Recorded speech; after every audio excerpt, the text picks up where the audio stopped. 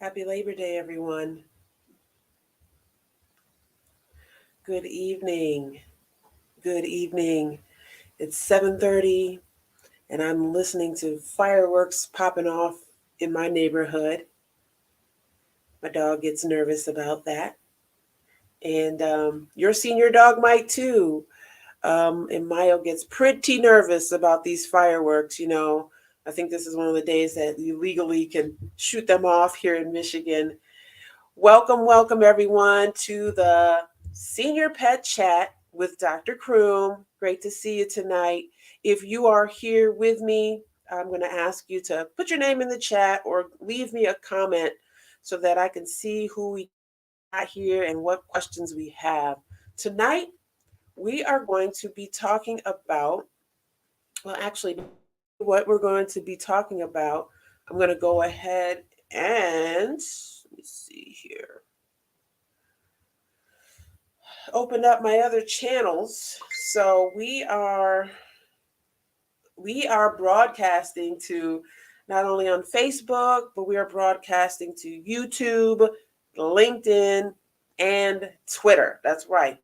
Excuse for missing out on the Senior Pet Chat. This is the place to be. So let me pull up my main personal page just in case anyone comes on there and has any questions. So let's see. All right. Boom. Bow. Okay. There we go. And there we are live. Okay. Perfect, perfect, perfect. Okay, so now I can see if anyone pops on and has any questions over there on the side. So today, this is, as always, every Monday night, it's the Senior Pet Chat with Dr. Croom. And yes, it's a holiday, so I was thinking, am I going to be able to make this tonight? I'm going to be busy. No! Senior pets have their needs every single day of the year. There's no days off. There's no holidays for that, right? As you know, if you are the proud owner of a senior pet and they're either having some type of medications that they have to take or maybe supplements to keep them limber, that you can't just take a day off, right? So today we're going to talk about senior pets and the holidays. That's right. Today is Labor Day. Hope everyone has been having a great one. And I just wanted to talk for a few minutes and see if there were any questions about the holidays and some of the traditions that we have. Some of the traditions that we have for some of our American holidays is eat, eat, and then eat again. Anybody like that part of the holidays? That's one of my favorite parts of the holidays. Eat, eat, and then eat again. Okay. So sometimes with our, traditions being that our pets can fall into those same traditions as well. And if we have a senior pet, we got to be extra careful that all of a sudden we're not giving them something that's going to put them into a diabetic situation or pancreatitis, giving them something that's fatty that fell off the table. We don't want to, have those types of things happen. Come here, Mayo. Come here. Mayo wanted to say hello. Okay, she was in there moving around and doing her thing. And she's not quite a senior pet yet, but she's getting there. So the senior pets and the holidays. We want to make extra food, extra holiday food. We got people coming over the house, right? Pets may be a little nervous. Like I said before, I just heard fireworks in my neighborhood. And every time the fireworks go off, Mayo gets super scared. Last night, she tried to go into my closet, like closet. And I was like, Mayo, you have never been in my closet in 2 years. But she is that scared and nervous. And I really hate that when she feels like that. So one of the things I do is I give her my CBD so that she can relax and not really care about it. She takes the CBD and she's like, whoo, I'm feeling better.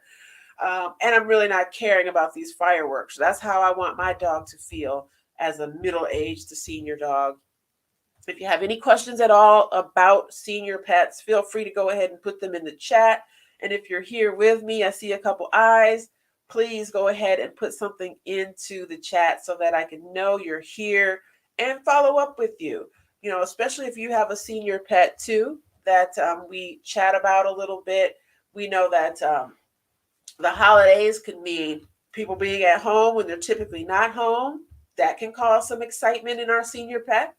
Like we already mentioned before, food, special foods, holiday foods, just having extra food that might be falling off the table. You know, the kids are more relaxed and everybody's just like, oh, let Fluffy. But you've got to remember, especially with your senior pets, much as it might feel like, oh, just give them this piece of cake because they're going to love it. Oh, you don't want them missing out. Give them this ice cream. Mm-mm. You could be doing them a world of hurt, a world of bad if you do that. So you've got to be the stronger one and realize that it's not a benefit giving them ice cream and cake and treats and snacks and hot dogs and cheese all the time. Okay. Now, if you have to give some medication and it's not tasty and you got to give it in a piece of cheese, then do that. But cheese every day, dairy, and high fat foods that can contribute to some of the diseases that senior pets go through is not good. So we want to prepare for the holidays. Right now, this is kind of like we're almost entering like holiday season, right? We're like just about getting into that holiday season. And we'll talk more about this as we progress towards those the larger holidays. But for even today, this is kind of like, okay, school's just started, okay, Labor Day. So we're getting into that season where we want to make sure we're extra careful with our senior pets.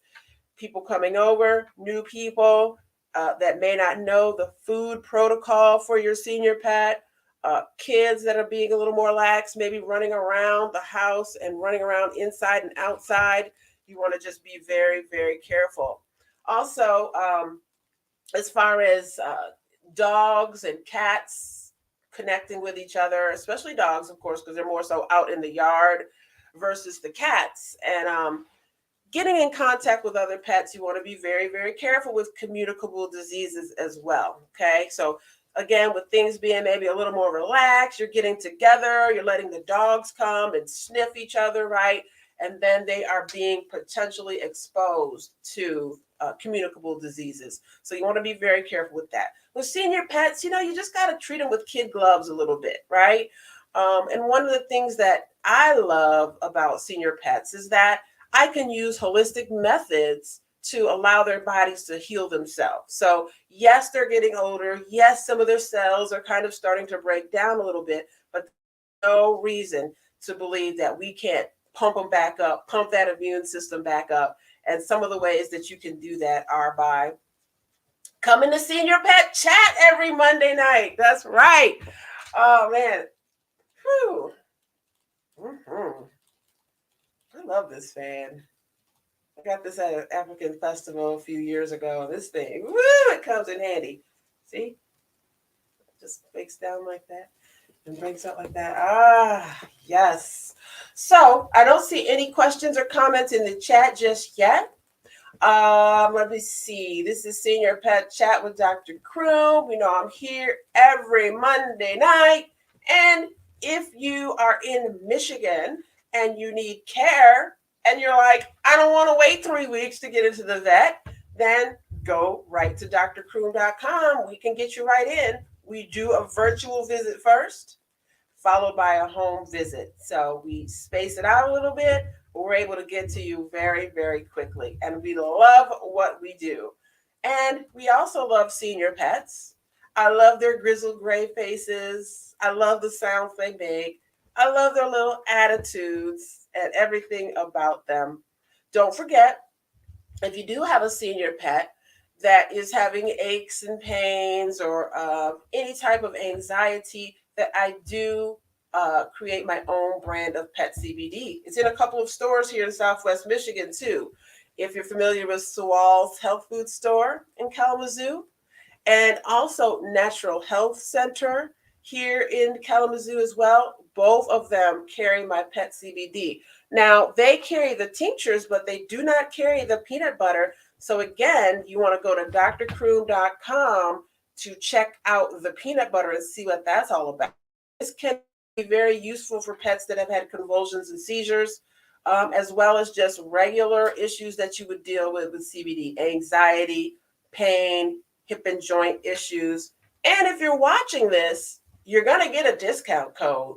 Write it down and make sure you use it, because everybody's not going to get access to this code unless you're here at the Senior Pet Chat.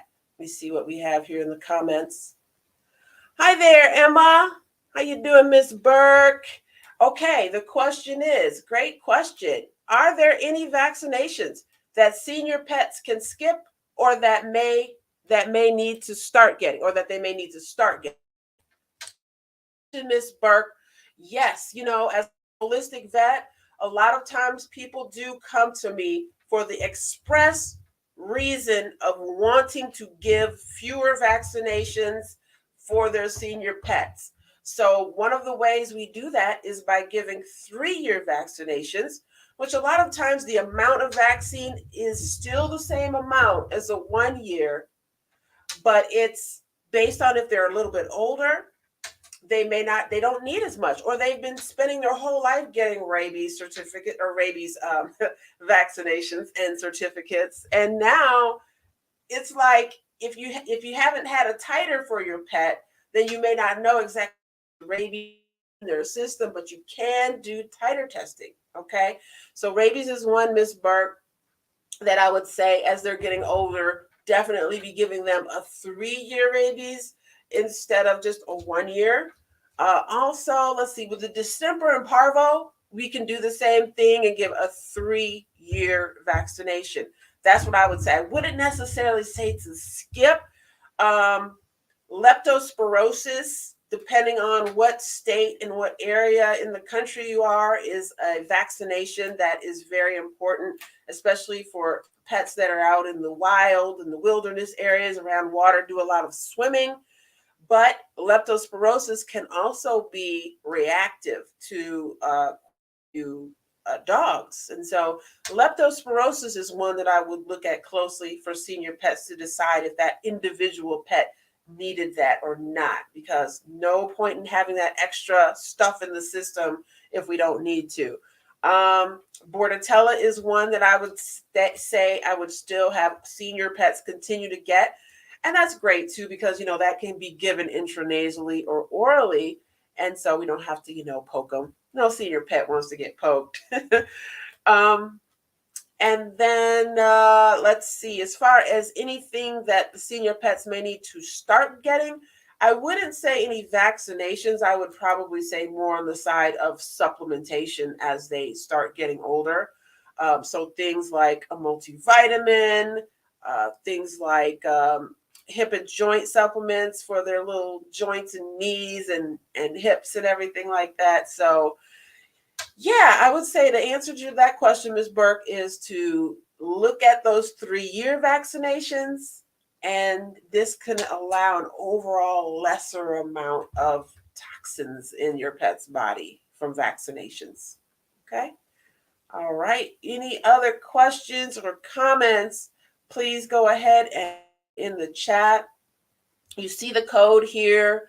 You would basically go right over to drcroom.com, either for a virtual visit if you're here in Michigan, or for the pet CBD products, and you can use that code again for anxiety, pain, nausea. Might also be for lack of appetite, right? Maybe your pet has been diagnosed with something that is causing her appetite to go down. CBD can be very, very helpful for that, getting that appetite back up. Okay. So let me see what we got here in the comment. You're welcome, Ms. Burke, anytime. All right. So that's all we have for this week. We talked about holidays. We know the holiday season is approaching, and I hope everyone has been having a great holiday, a great Labor Day. And it's back to work tomorrow. Okay, it's back to work tonight because I'm working right now. But this is part of my job that I feel I have a lot of fun with. I don't feel like this is work at all. Just love helping pets, helping pet parents, and especially those senior pets. All right, everyone. See you next week on Senior Pet Chat.